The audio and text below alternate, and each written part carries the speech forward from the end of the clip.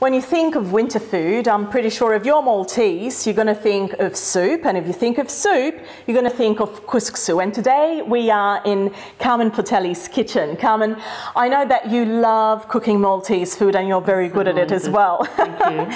And today we're going to show our viewers how to make Kusksu. Now, if we go back, where did you discover this recipe? Were you brought up with it in your family, or did you discover it somewhere else? I was brought up with it. We had it probably mainly in Lent, during Lent time, because there was no meat in it. Actually, when we were young, we used to avoid going home on the Friday nights, so we didn't have to eat Kusksu. But as I got older, I got to enjoy it more and appreciate it. So I just sort of added my little bits and pieces, and we know a lot of older Maltese people that sort of give me ideas. It's just little things that, I mean, the way I cook it, I used to peel the skin, and I used to think it was just such a waste for the skin. And I thought this would be a good idea to get the stock, get the starch out of the skin. Because after all, Kusksu is really broad bean soup. That's right, it's a real peasant meal. It was what they grew in the garden. It was always, you know, the potato they would grow in the garden, the garlic, onion, broad beans, and the tomatoes. So it was everything from their garden, and that's all they probably could afford at that time. So take us how you do your Kusksu. What's first? So you need onions and garlic, I'm sure. Onions and garlic, and usually I would fry that a little, and then I would peel my broad beans, which is very easy, that you just put in hot water and the peel comes off very easily. Instead of throwing the peels away, you put that in with the onions and some tomato paste or tomato and some bay leaf, and you boil it for 2 hours. Just simmer it very, very slowly so it'll actually thicken. And then in another pot you start the process where you fry the onions and put the tomato paste, make a little bit of a sauce, and then add the stock by straining it. You strain the stock and squash with a potato masher to really get all the juice out of it. Then you throw in the beans and the potatoes. Then you just boil that, and then when that all softens and starts to thicken, then you throw in your pasta. In fact, what kind of pasta do you use? I see here that it's not actually called Kusksu. No, no. It's called pepperini. So it's an Italian type of thing. When you say couscous, people actually think it's couscous. A lot of people think that, yes. But it's nothing to do. Couscous is a grain. Kusksu is a pasta. So it's actually a pasta made out of semolina. So now we've put in the pasta. Yes, and then it's actually good to let it just, after it's started to change a little bit of colour, you switch it off and just let it rest. And by letting it rest, it'll swell and start getting thicker, and that's when you know it's ready to serve.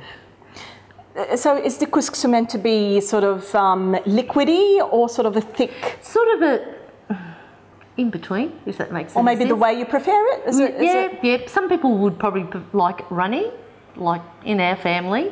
The ones that like it runny eat first, and the ones that like it really stiff and thick eat a little bit later. So the longer you leave it, you get just a different texture as it cools down. Yeah. So it swells up. And speaking of family, we can see that your family helps a lot around in the kitchen. Yes, so yes. You're sort of passing those Maltese recipes that you got from your mother, and most probably also from her mother. Yes, that's and right. Passing them on to your kids and the next generation. Yes, that's right. The importance of doing that.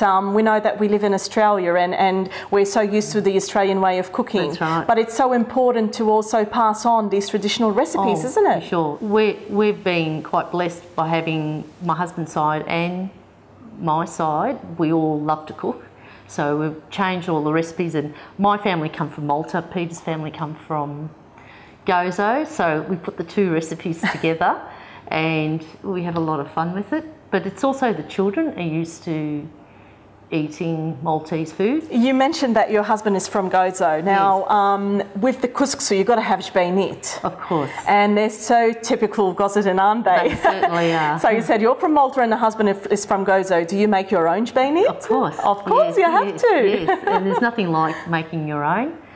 How do you make jbeinit? Well, there's so many different ways. You can make them with rennet, and you can make them, I make them with junket. And with that, I use 2 litres of milk, full cream milk. I put in half a cup of powder milk and 2 junket tablets. So I just get the milk up to blood temperature, and then you switch it off, throw in the junkets, mash the junket tablets, stir it, cover it, and I like to just wrap it up with a tablecloth or whatever and just leave it sit quietly, and it'll start to thicken. After an hour, you can open it and cut slices in it so you can see that it starts to get solid. Then when it cools right down, you put it in your baskets and voila. And then you put it in the, it's usually overnight, so the whey, the water's called whey, and that will just all drain out of the baskets, because when you actually fill them... As it is right now. When you fill them, you actually fill them right to the top. So by morning, because of all the water that's drained out, they're half the size. And then with the Kusksu, so we've made the Kusksu. When do you put the cheeselets in? Just before you serve it. So you've got that nice, it's nice to just pour a little bit of olive oil, salt and pepper. It's just nice to have that really hot soup, and then you put your spoon in and you've got that nice cold cheese. Yeah. And the cheese would melt, wouldn't it? You'd have that sort of a little bit of a melt. The bottom of it just melts and seeps through. You're making me hungry now, Carmen. Some people choose to just cut a little piece, with each spoonful. Some people like to break it all in pieces and mix it. And you have to eat it with bread, of course. So if you have a nice big thick piece of Vienna and you dip it in crusty bread. Oh yeah. I get a lot of enjoyment out of it when I watch my mother and my mother-in-law, when the enjoyment they get from watching us cook all these recipes, and now our children are doing the same. It must be a great feeling for them, for their achievement. So I just can't wait for the same feeling. Yeah. Well, Carmen, thank you so much for inviting us to your kitchen. That was Carmen Portelli, and today's recipe is Kusksu, that's broad bean soup.